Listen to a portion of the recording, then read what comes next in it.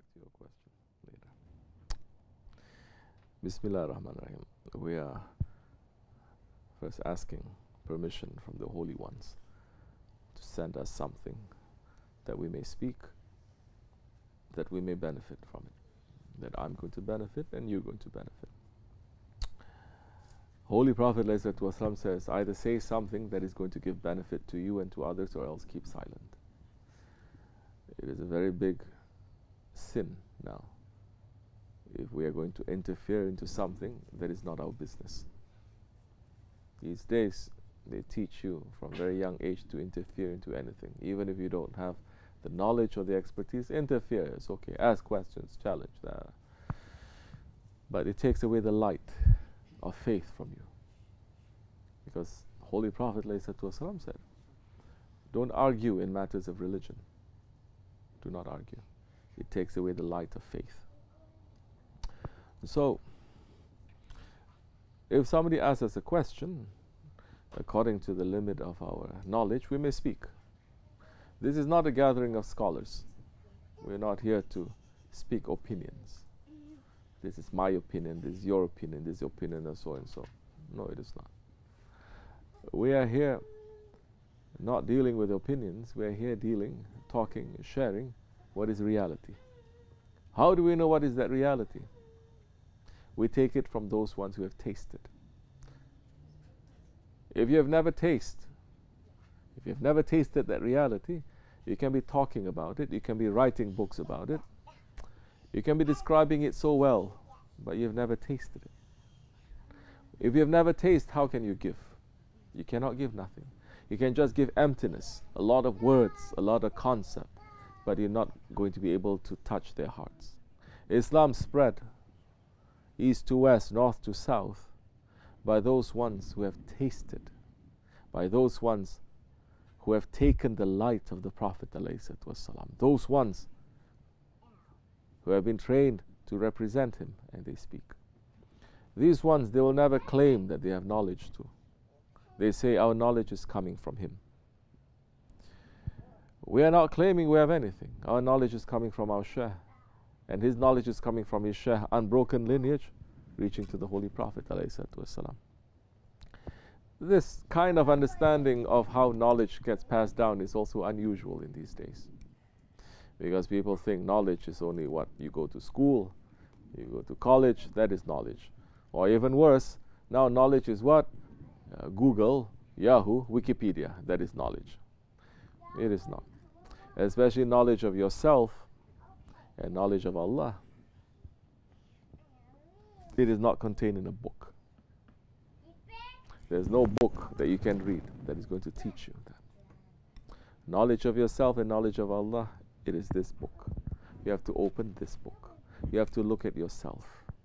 You have to see, what did I do today? What did I do yesterday?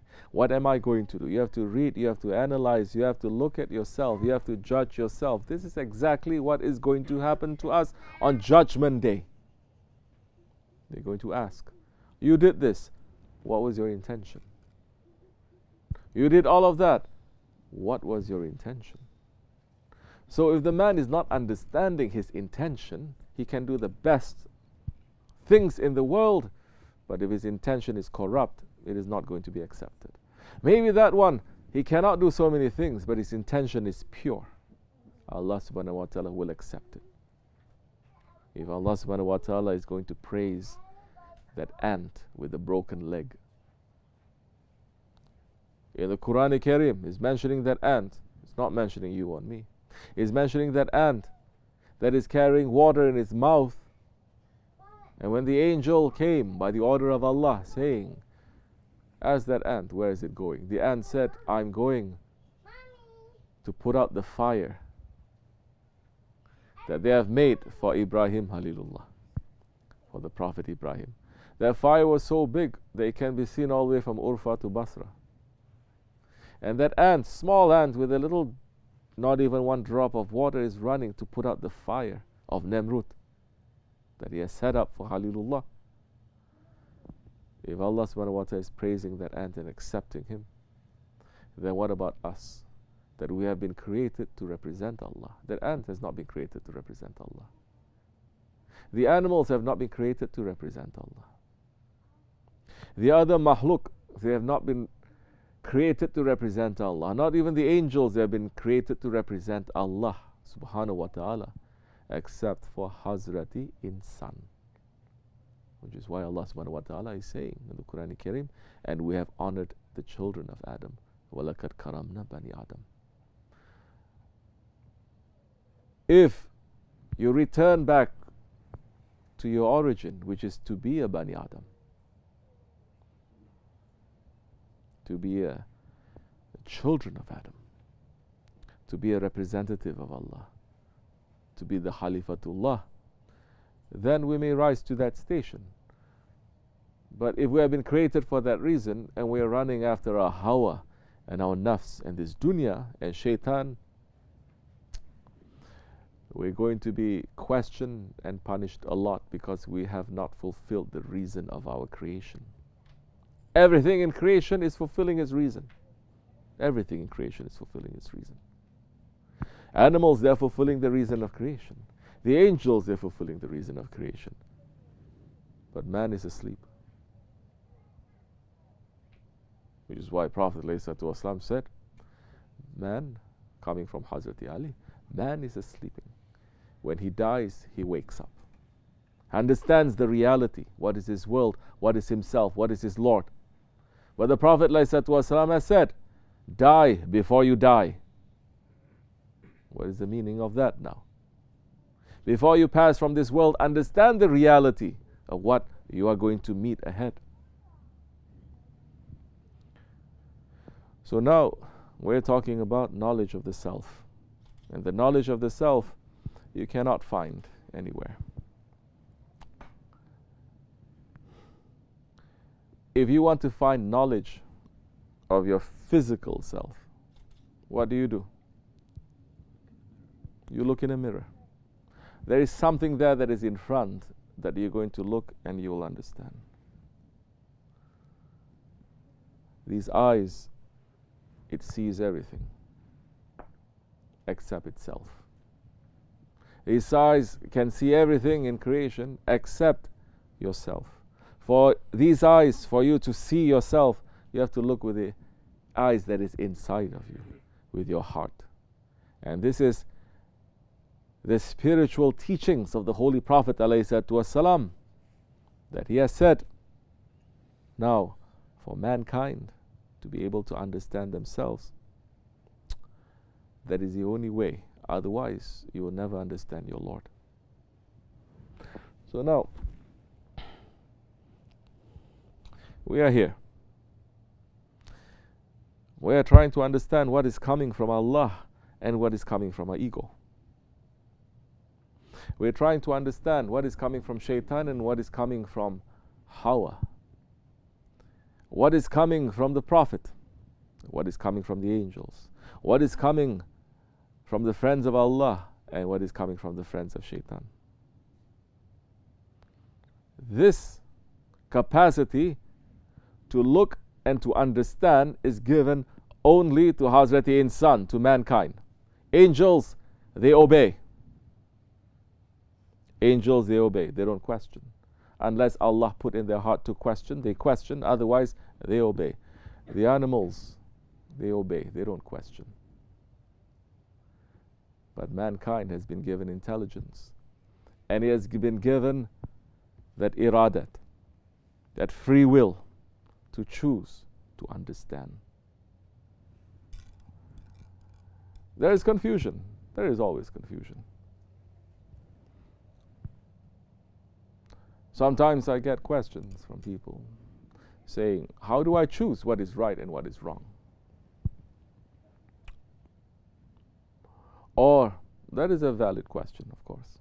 Or others saying, there's so many saying that they're right, I don't know which one is it, so in that way I don't accept anything. And we're saying that is not very intelligent. It doesn't fit into the maqam of Hazrati Insan, doesn't fit into the intelligence. It's like a man who is hungry and he goes to a restaurant and he sees there's so many choices of food. And he says, there's so many choices, everything looks good, Everything claims to be good. I don't know how to choose, so I'm going to remain hungry. You don't do that. You never do that. You never do that with the dunya. When it comes to this world, everyone is very slick. Everyone's very intelligent. Everyone knows what is right, what is wrong, what gives benefit to me, what doesn't give benefit to me. Everyone is well trained in that. But when it comes to akhirat, there is suddenly this confusion. This is when you're not using this world, this dunya, and you're not using the akhirat, and you're not meeting it. Or you're not sitting in the presence of those ones who are able to take what is in the past, take what is in the present, and to show you what is in the future. We're not talking about ilmul ladin. Don't get too excited. We're just talking about if you smoke too much, possibility you're going to get a disease. There's not hidden knowledge. There's intelligence. If you keep doing the wrong things, walking in the wrong path, most likely you'll end up in the wrong places. There's not hidden batin knowledge. That is intelligence. If you continue following your ego, and you continue being blind, if you continue being angry, if you continue being arrogant and stubborn, big possibility you're going to end up in the fire here and hereafter. There's intelligence now. So how are you going to know now? If you say there are so many different kinds, what do? You choose. How do you choose? You use your intelligence, don't you? You're going to say, first, let's say simple example so everyone can understand. You're hungry. You go with your friends somewhere. They look at menu. And they say, what are you having? I don't know. What are you having? I don't know. I can't choose. Then you ask, what do you feel like having? Correct? Well, what do you feel like? Well, I feel like this. Okay, now so you narrow the choice. You narrow the choice, and you make the decision that fits to you at that time. Why you want to learn religion? And learning the religion doesn't mean learning Arabic. It's not learning the religion, which so many people, maybe they want to come closer to religion. First thing they say, I have to learn Arabic. I have to recite perfect Arabic. That time, I can understand the Quran perfectly. This is the biggest arrogance that can come. Because the Quran was not revealed to you or to me. It is revealed to the Prophet. Which means the Prophet has to be there to explain what the Quran is. And the Sahabi Kiram are there listening to the explanations and bringing it to the next generation. And the next generation explaining, understanding what was past, what is in the present, bringing them into the future. And the next generation knowing, understand what is in the past, understanding and knowing what is in the present, bringing them into the future. Next generation and next generation.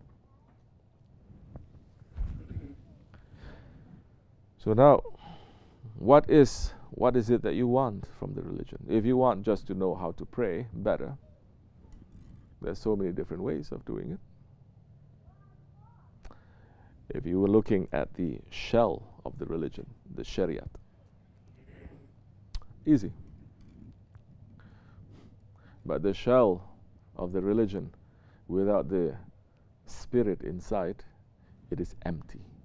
It is tasteless. You know everything. You're doing everything, but there is no spirit. It is dead. And when something is dead, it is empty. You know, they say there's no such thing as a vacuum in nature. Nature hates a vacuum. Same thing. You remove haqq, who is going to come? Batil. If you're not putting the spirit there, what is going to be there? Nothing but shaitan and ego. So from the outside, you look like you're doing everything perfectly, but from the inside, it is different. Do we need any more examples from this world to show what I've just been speaking about? No. You're seeing it every day, everywhere. So what are you looking for now? You're looking for the spirit. If you're looking for the spirit, then look for the tabib al-qulub. Look for the doctors of the heart, because now You are concerned about your heart. You're not concerned about the outside. You're concerned about the heart. And the heart, in reality, it is the most important. Because the Holy Prophet ﷺ says, there's a piece of meat in your body, and he held his fist like this. And today, we need science every time to validate our religion for us. Muslims come to that point. If science validates their religion, then we say, you see, then it's true. If it doesn't, then we don't know. We don't need science to validate. The size of the man's heart is big as his fist. And the Prophet ﷺ says, if that organ is good, the whole body is going to be good. If the organ is bad, the whole body is going to be bad. They ask him, which part is that, Ya Rasulullah? He says, it is the heart, it is the qalb. So now, we're speaking about matters of the heart. If you believe that your heart is diseased, that's why you're looking, then go, find a doctor. If you believe your heart is diseased physically, what do? You go to the library, you start bringing all the books and you start reading. Or you start Googling, or you start making surgery to your own heart. But nobody does that. Everybody has intelligence. But when it comes to spirituality, they say, why you have to follow people? Why you have to follow a doctor? Go read your own books. You know how to read, right? Read your own books. Perform your own surgery. That's when a lot of trouble comes. So you believe. Now, there is something in your heart and it needs to be cured. Run to find the doctors. The doctors of the heart, these are those ones who are knowers, alims. Alims doesn't just mean those ones who go to Al-Azhar or Madrasa. Alims are those ones who have ilm. Ilm is knowledge. Ilm is knowledge. Knowledge, there is zahir knowledge and there's batin knowledge. There is knowledge that is physical, and there is knowledge that is not, that is spiritual. Nobody can say the physical knowledge is higher than the spiritual knowledge. So you're looking for knowledge that is a spiritual knowledge, you have to run to those ones who are tabib al-qulub, doctors of the heart, who has that spiritual knowledge. They may be completely different from people who are scholars. In fact, in the past, if the scholar, he wants to enter into a tariqat, usually the Shaykh is saying, you have all this zahir knowledge. Before you enter, throw everything out. Come empty. That time we can fill you. Same happened to Hazrati Rumi when he met his Shaykh Shamsi Tabriz. Same thing happened to Aziz Mahmud Huday. Same thing happens to so many saints of this way. They have to finish. They have to leave everything. Now you begin the spiritual journey. But if you don't take care of your heart, your whole body is sick. You look well. Like outside when you're walking in the streets, everyone looks well. But in reality, everyone has some sickness. But it takes a doctor to find out. So, it's very simple. Our Shaykh is saying, follow what the Quran is saying. Follow those who ask you no fee. And they themselves are rightly guided. Follow those who ask you no fee. They're not asking anything in return. They're not asking for money. They're not asking for people to love them. They're not asking for nothing. Follow those who ask you no fee. Follow those who are going to take the diseases out of you and they're going to show you your ego. And they're going to say, this is very bad. And you have to take this medicine. You're not going to like it. Don't follow those who say, you are all right. You're okay. You are very good. They're praising you non-stop. Run away from those. Those who are concentrating on your ego, sit with them a little bit. Those who are praising your ego, run away from them. Use your intelligence. Hold on tightly to the Shariat. You understand? But never forget that the shell that has nothing inside is empty. But also never forget that if you have the inside without a shell, it turns rotten. It is needed. Both. With both wings you can fly. May Allah forgive me and bless you, inshallah. Wa min Allah tawfiq. Al-Fatiha.